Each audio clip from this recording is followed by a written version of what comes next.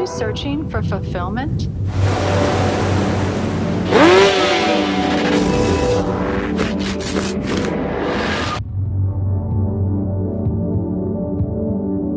Discover true happiness.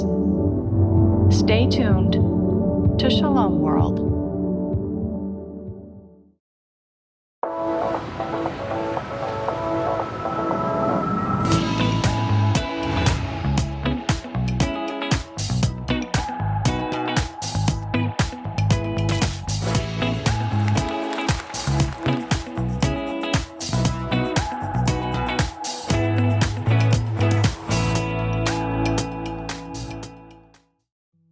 Welcome, Katrina, to the Renaissance of Marriage Conference 2019. Katrina, what makes you come to a conference like this in Sydney, Australia, all the way from America?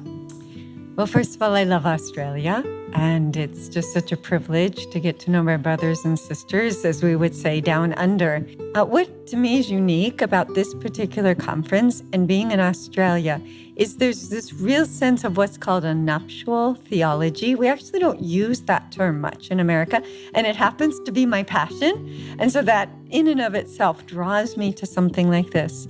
And so to hear everyone speaking from this perspective that our very human nature is made to be spousal, and that marriage, the beauty and wisdom of God's design for marriage, is that it kind of speaks to the world. Look, we know what our meaning and purpose is, and our meaning and purpose is union and communion, not only with each other, but with God. So it's exciting to see something, those same themes being spoken about, not only in the United States, but down here in Australia as well. I can hear a lot of joy, optimism, and hope in the tone of your voice when you're speaking about this. You get really passionate. I do get a little bit passionate, yes. We're in very challenging times with marriage. How do you think the people that are attending this conference can take that hope out into their communities and organisations? Well, my hope is that not just the people attending this conference, but all of us, that all of us can see that we have not just a seed of hope in us, but we actually have a gushing waterfall of hope in us. I know that sounds overly optimistic, but I think it's important to remember that there's a distinction between hope and optimism. Optimism is hopefully it won't rain tomorrow on my picnic. Hope is we know the end of the story. The bridegroom gets his bride, right? God will triumph. Christ is coming back again. We don't know when, but that's really a triumph. And so our responsibility is to be building the kingdom of God here and now. And if we look back through the course of history, there have been dark times. I mean, my inspiration is Pope John Paul II. And he speaks about how we have to fight with words, with language. We don't fight with weapons.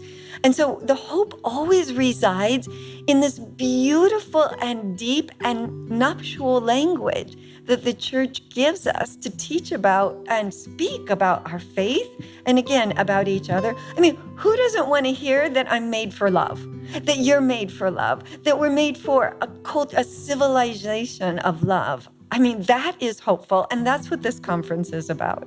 And that's wonderful, and that really ties in with the title of the conference, Renaissance of Marriage. Yes, it does. Thank you so much for your time, Katrina. We love having you here and hearing you speak. Thank you.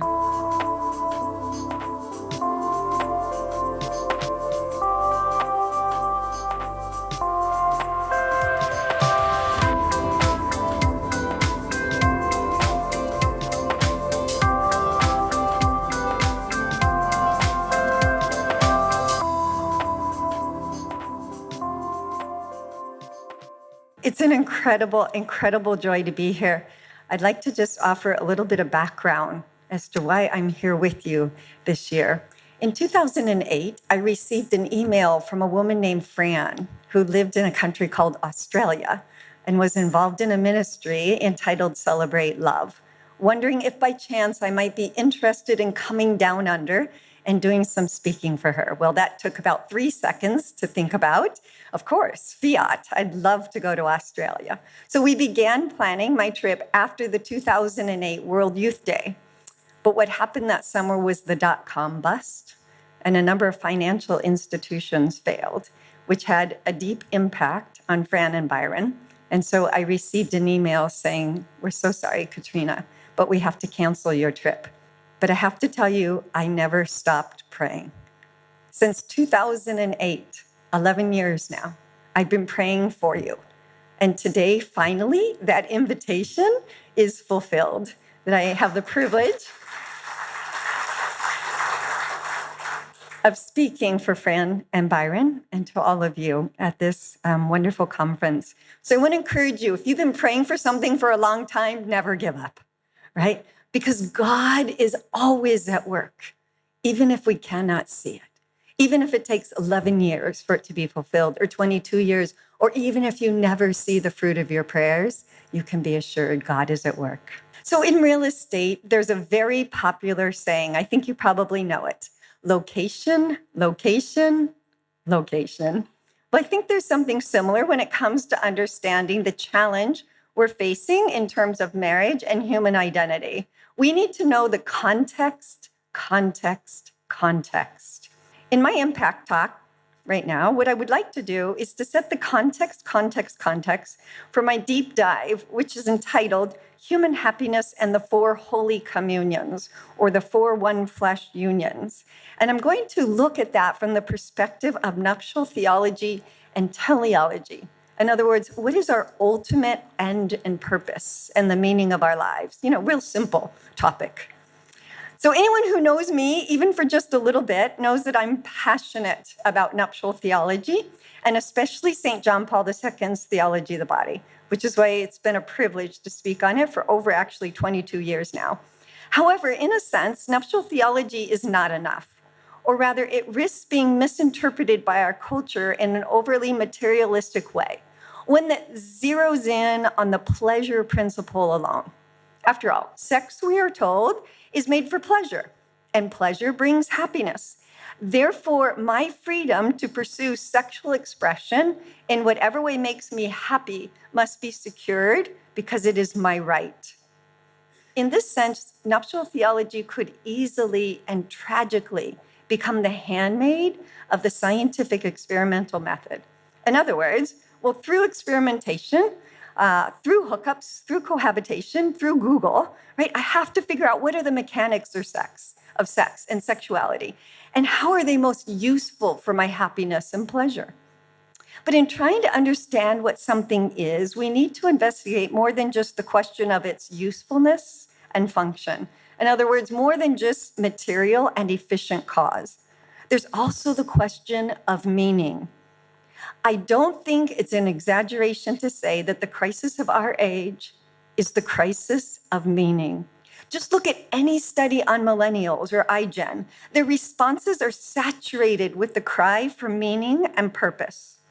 Our society and culture, both within the church and without, is starving for Aristotle's two other causes, formal and final cause. We want to know why we exist. We want to know the ultimate meaning and purpose of life. In short, something deep within us senses that human nature is not just mechanical or animal. We are more than just an arbitrary collection of biological parts or highly evolved, super smart apes. We are teleological and sacramental. We are created for meaning and purpose, not only in this life, but for all eternity as well. In a phrase, we are beautifully and truthfully created with a sacramental ontology. In other words, our very being is made for both the visible and the invisible. So how do we search further than mere satisfaction of biological urges or feeling-oriented, fragmented anthropology? How do we discern, intuit, comprehend the ultimate meaning and purpose of embodied human nature and its fulfillment? Well, since the Enlightenment, we've been trying to answer this question on rational grounds alone, and we've fallen short. In fact, I think we could describe Western culture, Western thinking for the past 600 years as a series of splits. So please forgive me for a moment as we do a super fast water ski across 6 centuries of Western thought. Here we go. Nominalism split language from metaphysical interiority. Descartes split the human mind from objective reality. Sir Francis Bacon split material and efficient cause from formal and final cause. Darwin split the origin of the species from God. Hegel split human progress from any kind of accountability. Immanuel Kant split morality from ontology. Marx split the state from the individual. Nietzsche split human nature from any inherent good or evil. And the 21st century is aggressively splitting human identity from the body, from our embodiment as male or female as a sign and revelation of a deeper organizing structure, one that is beautifully attuned and harmonized toward an ultimate nuptial end and purpose. Nietzsche famously said, "God is dead, and we have killed him." In the 21st century, I think we can rightly say, human nature is dead, and we have killed it. Killed it in favor of unlimited freedom of choice without form, finality, structure, or limits.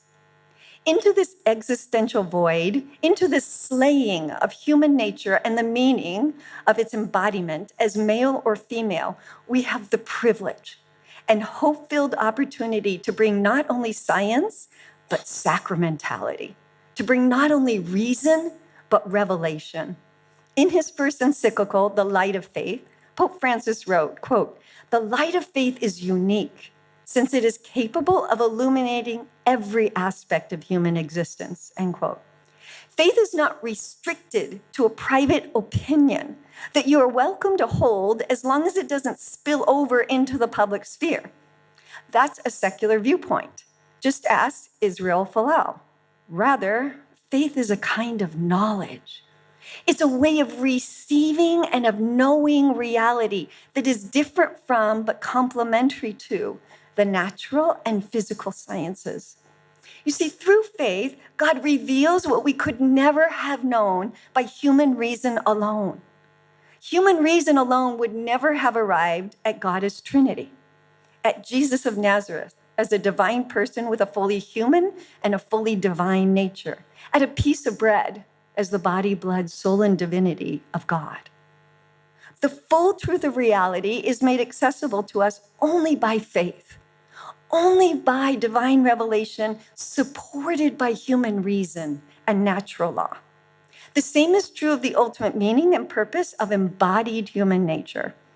Only faith, only what Trinitarian love and wisdom has revealed over the course of the whole Old and New Testament and its nuptial language, only that can reveal the full truth of human nature and its end, its telos, its form, and its ultimate finality. So to set the scriptural background for my deep dive talk, I'd like to look briefly at 5 scriptural passages. First of all, Genesis 1:27, which says we're made in the image and likeness of God, as male or female. But we always have to remember that's the image and likeness of a Trinitarian God, not an old man with a long white beard. 2, Genesis 2:24. This is why man shall leave his father and mother and unite to his wife, and the two shall be one flesh. This reveals the nuptial structure of our bodies as male or female, thus making possible the two becoming one flesh and giving us the permanent and unchanging definition of marriage. 3, Matthew 19, where Jesus combines Genesis 1:27 and Genesis 2:24 as a reaffirmation of God's original plan for our embodied human nature, and where Jesus also points out the unique dignity of sacramental personhood to enter into and to seal an indissoluble conjugal bond. In other words, what God has joined, man must not divide, and indeed cannot divide.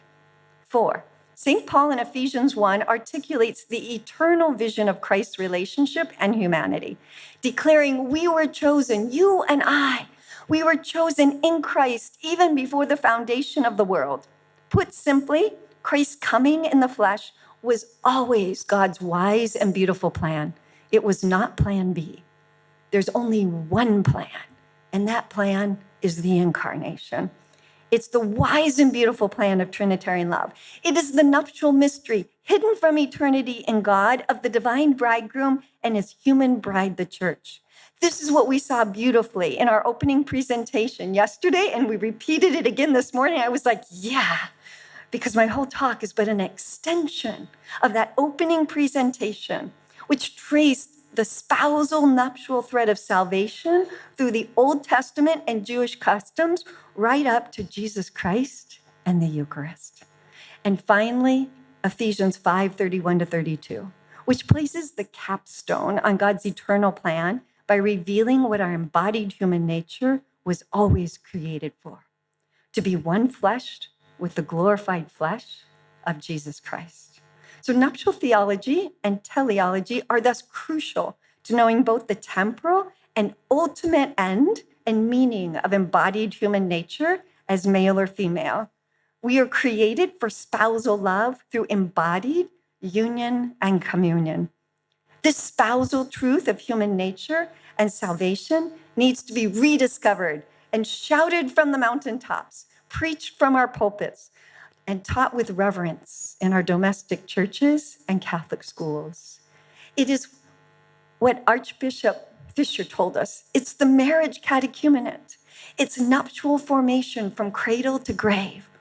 It's also the background for why my deep dive into human happiness and the four Holy Communions is incredibly significant for this time in our history, when the meaning and purpose of human embodiment as male and female is not only being radically challenged, but is being denied by our anti-discrimination laws, by our educational systems, by identity politics, and by progressive streams of psychology. As we dive deeply into the incarnation, the Eucharist, the glorified body, and the marital embrace, as revelations and actualizations of the ultimate meaning and purpose of embodied human nature, and therefore the providential manner in which grace perfects nature through nuptial teleology. Thank you very much.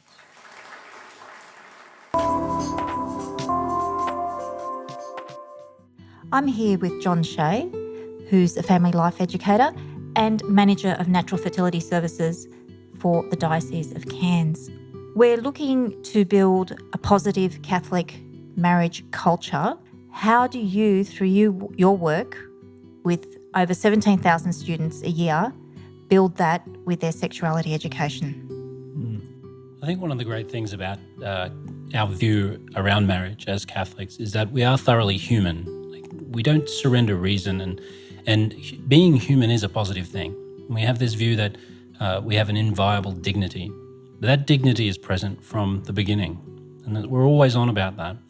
And marriage shows that, because in marriage, the children are received with love, and it's exciting. And if you have a generous attitude, you might have lots of them, and we smile when we see these families interacting, and we all know what it's like. We're all part of a family, and when we see kids misbehaving, it's like, yeah, that's normal. And this is all good. It's very real.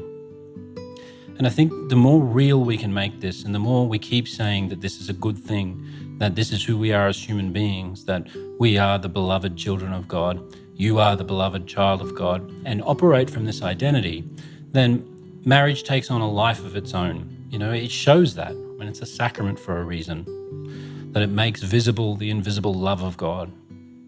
And that's a real thing, lived in marriage. Thank you for that. And how do you think attending this conference and sharing all the experiences of the different speakers and the different delegates can contribute to that culture when they go back to their organisations and their communities? I think when we are such a far-flung country, it's still a small community, really. All these people, we know each other, but we don't often get to meet up. And when we do get together, we talk and we fellowship. And when we hear from speakers, we hear new ways of thinking about the same truth. And it just gives us new skills and boosts our motivation to go back and live the truth so that others can see it.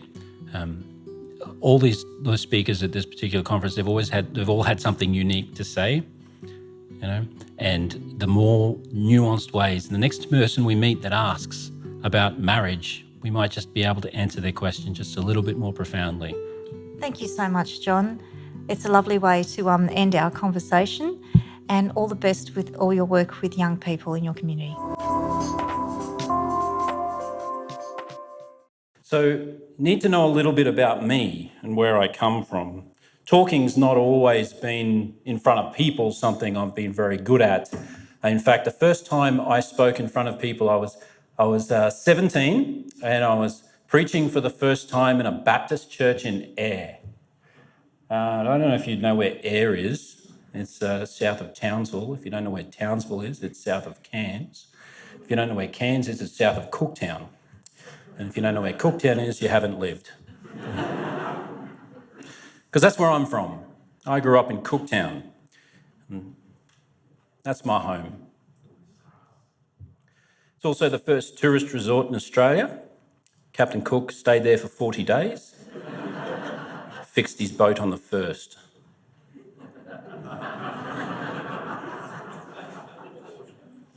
That was my parish church. Had about 12 pews in it. Yeah, only 2 of them were used. One by me. It's a wonderful little church to grow up in. I was pretty much the only young person in the church. And so it was interesting, we didn't have a parish priest growing up. Occasionally we did. Sometimes, after a while, after we really got short of priests in our diocese, the only priest that would come up was old Father Bibo. Loved that guy. He'd always show up with Kinder Surprises for the kids, and that was just me. So, yeah. But the thing was, as Father Bibo got older too, he also got Alzheimer's, so generally we only had half a mass. My theology grew from that experience and, the consecration of intention. As a result, of course, I wasn't exactly hardline in my faith, and I was actually quite ignorant as a difference between denominations and all that sort of stuff. So I joined youth missions. I joined Youth with a Mission, actually, which is a non-denominational missions organisation, at the age of 17, when God stepped into my life and said, "You're really not going the right direction." And that set me on the path that I'm on. Now, I've got a couple more photos to show you there. That's me in my backyard. Okay. I'm going to be there in a couple of weeks' time with my mum and some of my kids. We go there every year, and that's just some of my kids with our home. No. I don't know if you've ever seen those ants nests. They're the most photographed things by tourists up north, I can tell you that. And that's a magnetic ant's nest. It actually points north-south. It's quite good if you get lost. Yes. And that's my family. Yeah, how cool is that? I do have to update you, of course. I'm actually a proud father of 6 children, but just one isn't out yet. So that's November. Yeah. That's pretty cool. So that's me. I'm not a theologian, although when you read the bio and you read the qualifications, you're like, hey, this guy might have something to say. Maybe not. Here's what I do. I talk to young people. Actually, I talk to anybody who will listen about the beauty of being human. When I started in my role, 11 years ago now, I didn't know what I was doing. In fact, I had no idea. In fact, I was working as a transfer driver for a funeral company while I was finishing my bachelor's degree. It's amazing what you do in life when you say yes to more things than you say no to. That was a very humbling experience in that role. And then I got asked if I wanted to do sexuality education in schools, and I was like, yes. I'd only just been introduced to NFP because my wife was a good Catholic. And it was kind of weird, but, great. And so I said yes to that and started the training, and then my eyes were opening and I was like, this stuff's amazing, but if I'm going to teach this stuff in schools, then I want to know what I'm doing is right. So I'm, fresh social worker, so I'm like evidence-based people. Let's go evidence-based. And I didn't actually first go to church teaching because I didn't know much about it. So I went to the sex journals and all those sort of things to go, what's best practice around the world? While at the same time I was being trained in church teaching. And what I found quite quickly was that truth is truth no matter where it's found. And that church teaching that I was being given married up quite closely to what was being found as actually good in this. So I sort of married the two into what we're doing in our diocese, and I inherited our program, so I won't take credit for it all, but I sort of reshaped it in its focus. So what we do is we start in year one, and usually when I first say that, everyone goes, "What are you teaching them in year one?" Right? And really what it comes down to is a problem with the word sexuality, right? We only hear the word sex, and when we say the word sex, everyone thinks you're actually going to be teaching about, sex. Well, you kind of are, but not what you're thinking, right? Okay, so we start in year one by creating a safe space where we start talking about being human. And we do so, of course, by focusing on babies. We just create we watch a movie, The Wonder of Living. It's been around a long time. Some people might be familiar with it. It's very simple and safe. Open Doors Christian Counselling in Melbourne makes it. And so we watched this video about a family telling a story of when their son was born, and then after that we sit around with the fetal development models and the kids ask questions.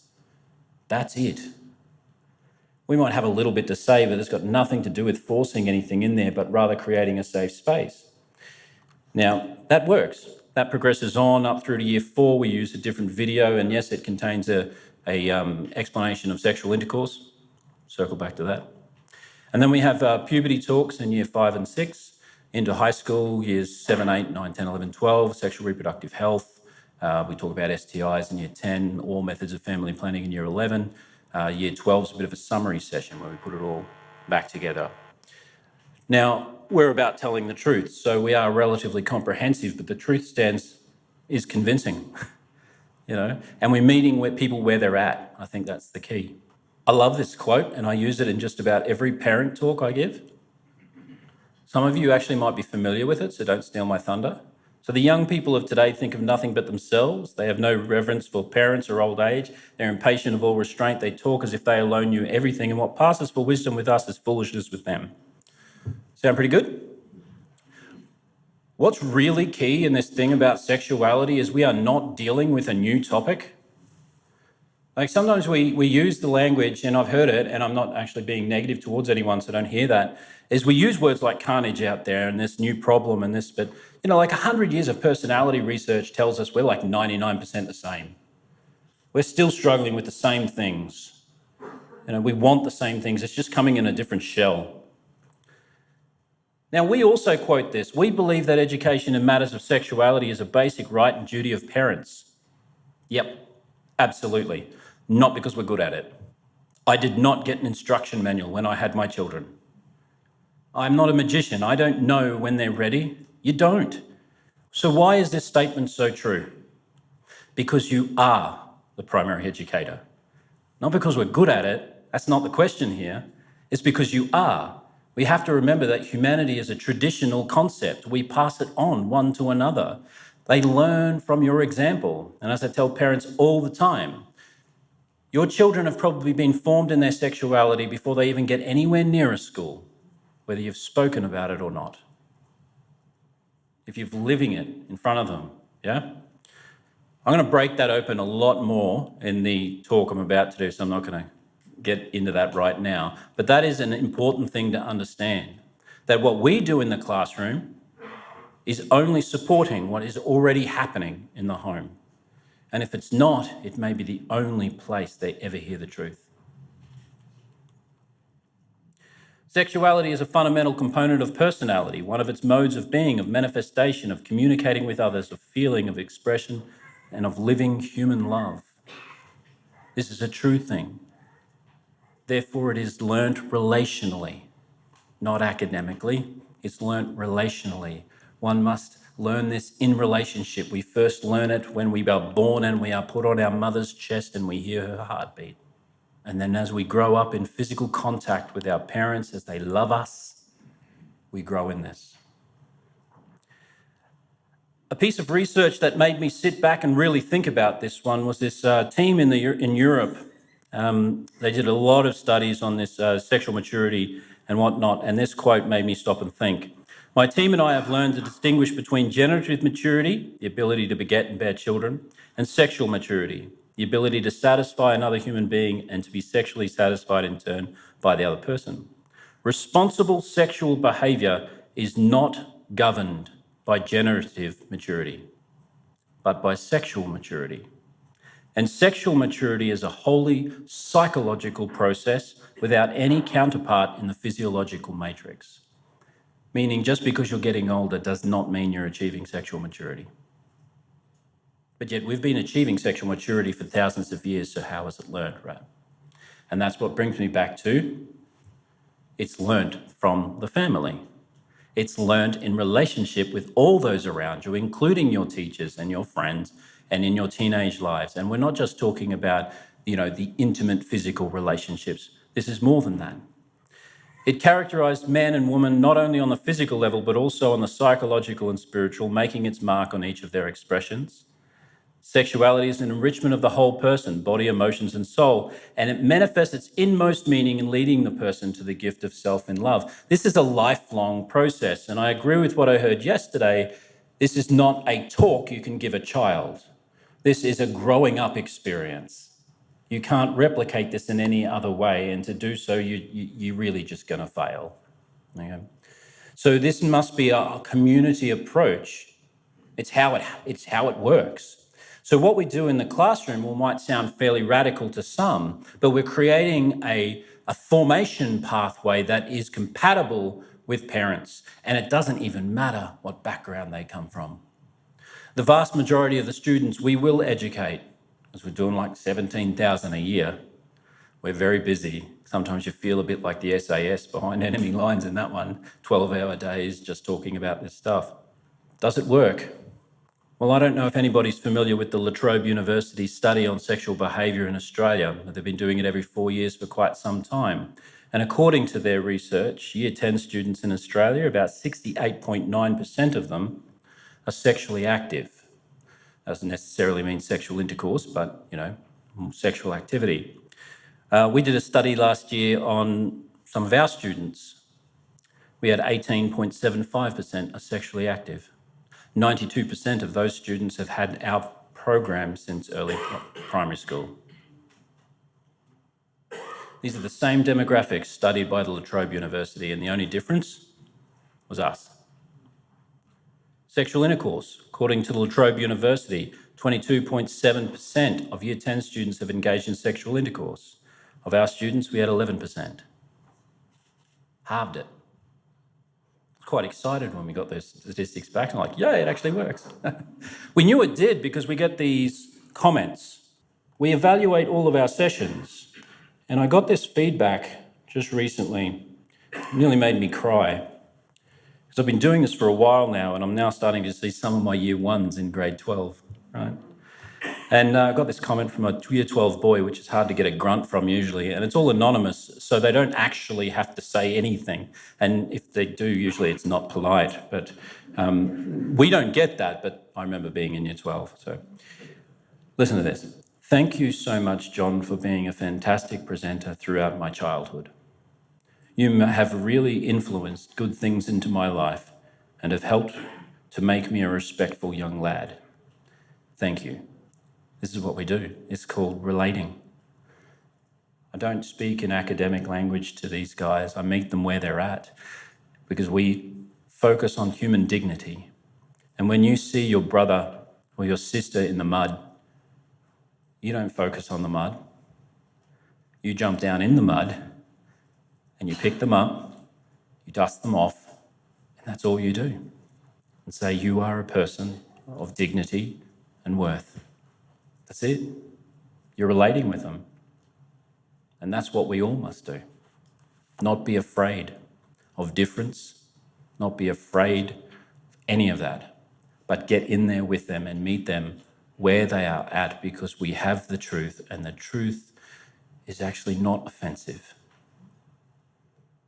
They hear it, they love it. Thank you.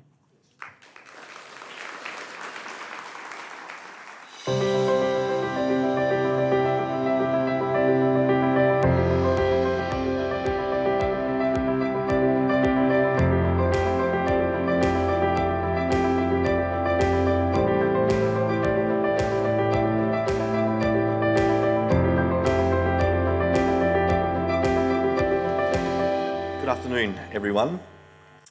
What Karen and I wanted to really share with you and explore with you today is something that we've been thinking about and exploring in our own relationship and with a small number of couples for some time, which is spousal prayer.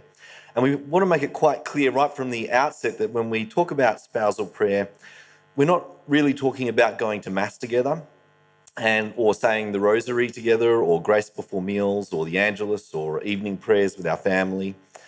These are all wonderful experiences of communal prayer. And we encourage couples to engage in those kinds of prayer. However, what we wanted to talk about today is spousal prayer, an experience of prayer that is unique to married life, that's unique to marriage. So our prayer journey as a couple so far hasn't been perfect. Whose is? We've struggled to find the time and the energy to do a lot of formal prayer together. And yet somehow, even though we don't pray all that much together, we feel very connected spiritually. And we kind of wondered why. So our journey really started several years ago. And it was after I had been presenting a series of talks on John Paul II's theology of the body. And one day, as I was presenting around the idea of original unity, John Paul II's idea of original unity, it suddenly hit me. I had a kind of a profound sort of moment, and I couldn't wait to tell Karen. And so when I got home that evening, we sat down on the couch, and I said, I want to share with you this idea, this thought that occurred to me during the day. And so we sat on the couch, and I said, Karen, today while I was presenting, I was thinking about original unity, and something really kind of interesting suddenly stood out for me. Enter our sixth son, Nathaniel. Mum, can I watch TV? No. Karen turns back to me. And I was thinking about this idea of original unity and how every couple is sort of called through the grace of the sacrament to re-experience this original unity, to come back to this experience of original unity. Enter Nathaniel. Mum, can I have the PS4? I really want to watch the PS4. No. Karen turns back to me. And I was thinking about, in how in some ways every couple kind of actually enters this experience quite naturally in many different areas of their life. Enter Nathaniel. Mum, can I have the internet? Can I use the internet? No.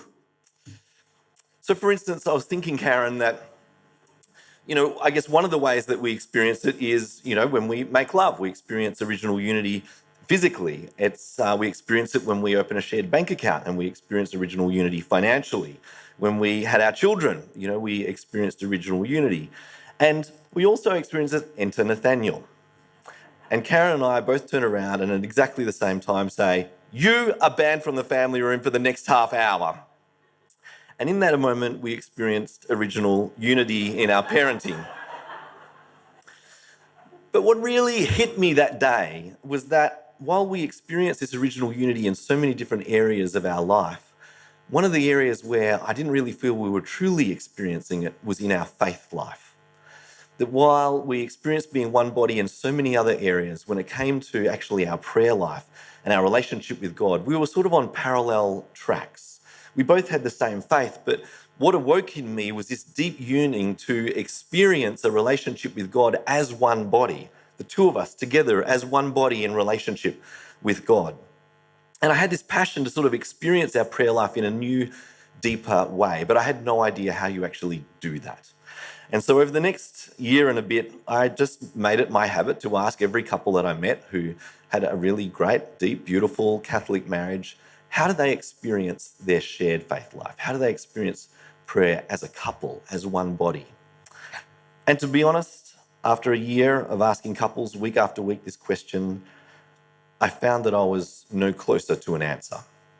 That typically most couples, what they shared with me was their experiences of communal prayer. They shared with me their experiences of praying the Rosary together or evening prayers as a family or saying grace and those sorts of things, but I was looking for something deeper. And so at the same time, I was on my own prayer journey, and it led me to read the writings of the contemplative saints. And I started with St. Teresa of Avila's Interior Castle, which describes 7 different stages, I suppose, in the journey of prayer. The last stage is called the transforming union or mystical marriage.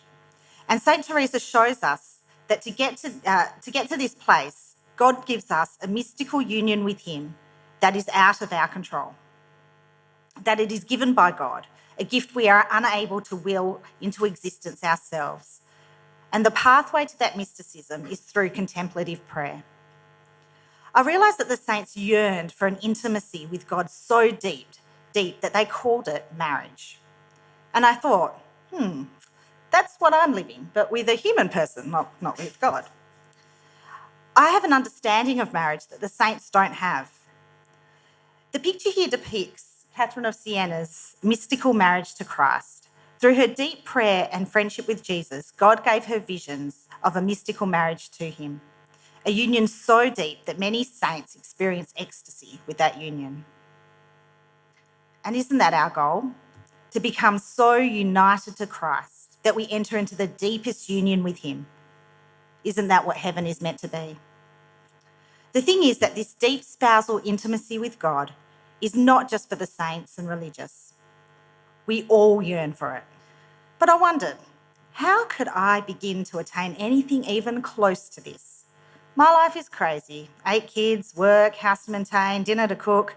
I don't have time to sit down and contemplate Christ in adoration and Mass the way the religious saints did. How can married couples attain this deep spousal intimacy with God in their marriage? How can their marriages be used to call them into a mystical marriage with Christ? The answer we are discovering may lie in contemplative prayer. The Catechism says that there are 3 different expressions of prayer. The first is vocal prayer, prayer such as saying the Our Father or the Hail Mary or Grace Before Meals. The second is meditation. So this is prayer such as the Lectio Divina, where we read scripture and reflect on how God is speaking to us through it. Or meditation when we use imagery or a word as a focus point. And then there are prayers like the Rosary, which is both vocal and meditative. And the third is contemplative prayer. The Catechism defines contemplative prayer using a quote of St. Teresa of Avila. She says, "Contemplative prayer, in my opinion, is nothing else than a close sharing between friends.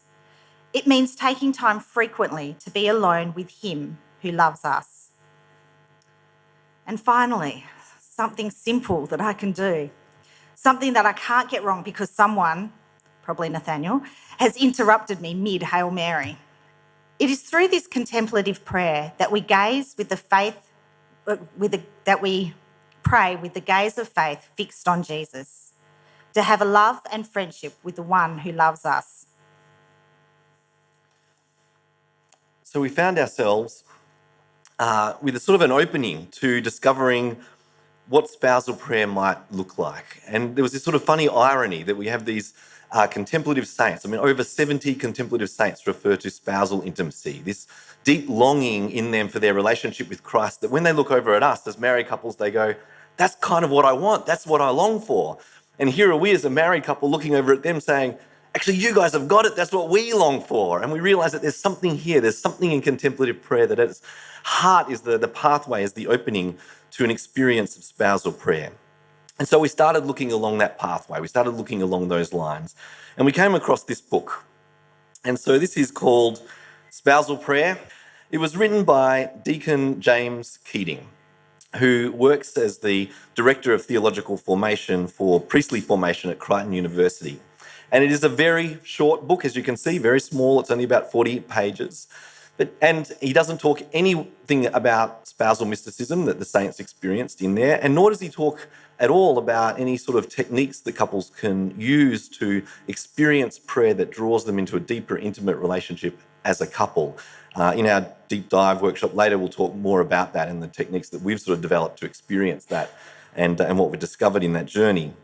However, he does break open 3 basic ideas of the contemplative life and invites couples to consider how these might relate to their own lives. And so the 3 areas that he explores are beholding, the idea of beholding, the idea of listening and opening ourselves to God and how God might be speaking in our lives, and the idea of reconciliation. And what we'd like to do with our remaining time is really just focus on this concept of beholding. Beholding, I guess when we think of beholding, we can think of all sorts of things. We think of sort of looking or gazing or seeing in a sort of a deeper way, sort of seeing not just with our eyes, but with our whole bodies. And not just our eyes and our bodies, but kind of seeing with our heart as well. And we already know the experience of beholding in our lives. When I hold my newborn baby sleeping in my arms and see the miracle of life, of creation, of God in them, and my heart melts for God and his goodness for me. Or when I see my 11-year-old holding my 1-year-old's hand as he stumbles on rocky ground in our bush, my heart melts again to see the beginnings of a strong, gentle man of God growing right before me, and I recourse to God for loving me so deeply. I think probably most men who are married here can relate to the experience, certainly for me, on my wedding day. And as I was standing waiting for Karen to arrive, my best man said to me, "Don't turn around until I say." And then when he said, "All right, you can turn around," and I looked to the end of the aisle and there was Karen. And in that moment, just beholding her, full of beauty, with her father, bringing her down to give her to me. And as I've reflected over the years, realizing actually it was our Heavenly Father who was bringing and entrusting her to me. So beholding is gazing at your spouse, not just seeing their face and their wrinkles and their glasses, but to look deeper, to seek Christ in them. To behold your spouse is to gaze upon them and open our hearts to God, to the work of love he has for them, but also the love he has for us. I love watching Derek interact with our teenage sons, the way the 17, 15 and 14-year-olds hassle him about his newly acquired beard, or how they're physical in a teasing, kind of tickling way with him. And how he so tenderly lets them, because it would drive me absolutely nuts. And in doing so, I can see this amazing relationship unfold. How these teenagers are growing into amazing faith-filled men just like their father. When I behold Derek at these times, I can see how Christ dwells in him. I don't just see Derek, the man, and my husband, but my heart is moved to encounter God in my spouse and to see the face of Christ.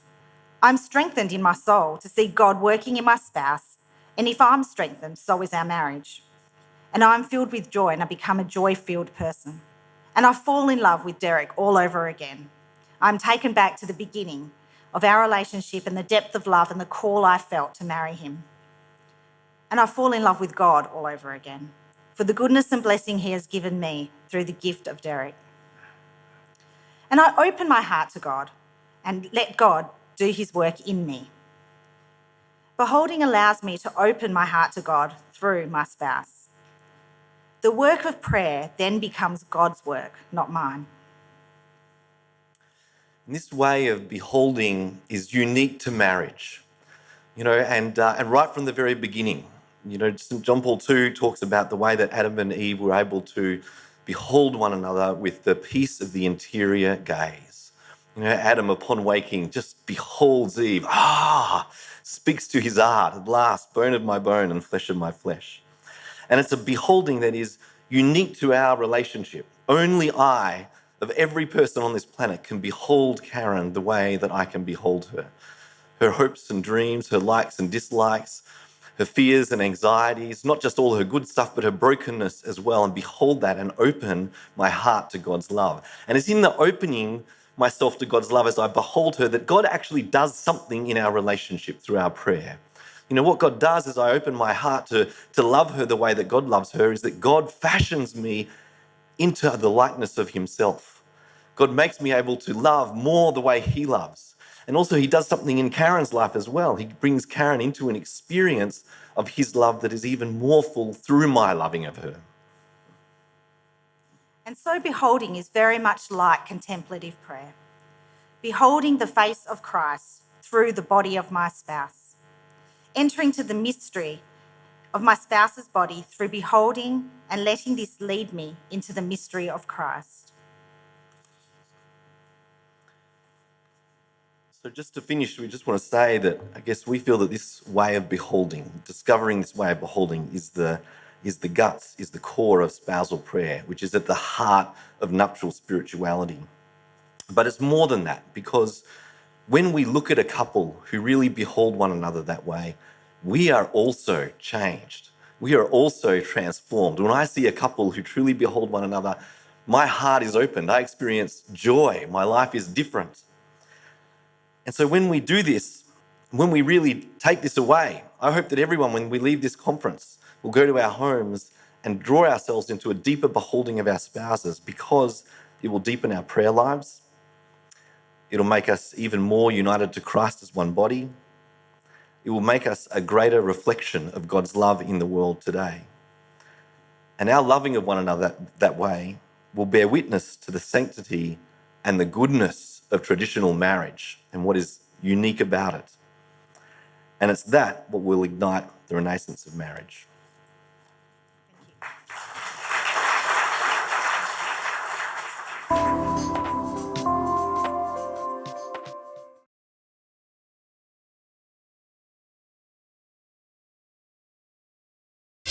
A lot of talk in our church today about the new evangelisation, and we might ask, well, what's new about the new evangelisation? One thing that's new is that we're trying to renew the faith in people who should already be Catholic, should already be Christian. Individuals, families, communities, whole cultures that need to rediscover the gospel. And so what's new is that they're getting a new shot in the arm of faith, of evangelisation. Another thing that's new about it is the way that we do that, and the new media and groups like Shalom World TV are very important for bringing the gospel anew to our cultures, to our families, to each of us individually. And so I encourage all the viewers of Shalom World TV, and I encourage Shalom World TV themselves to keep up the good work, to keep watching this channel and to keep up the good work of presenting the Catholic faith to our world today.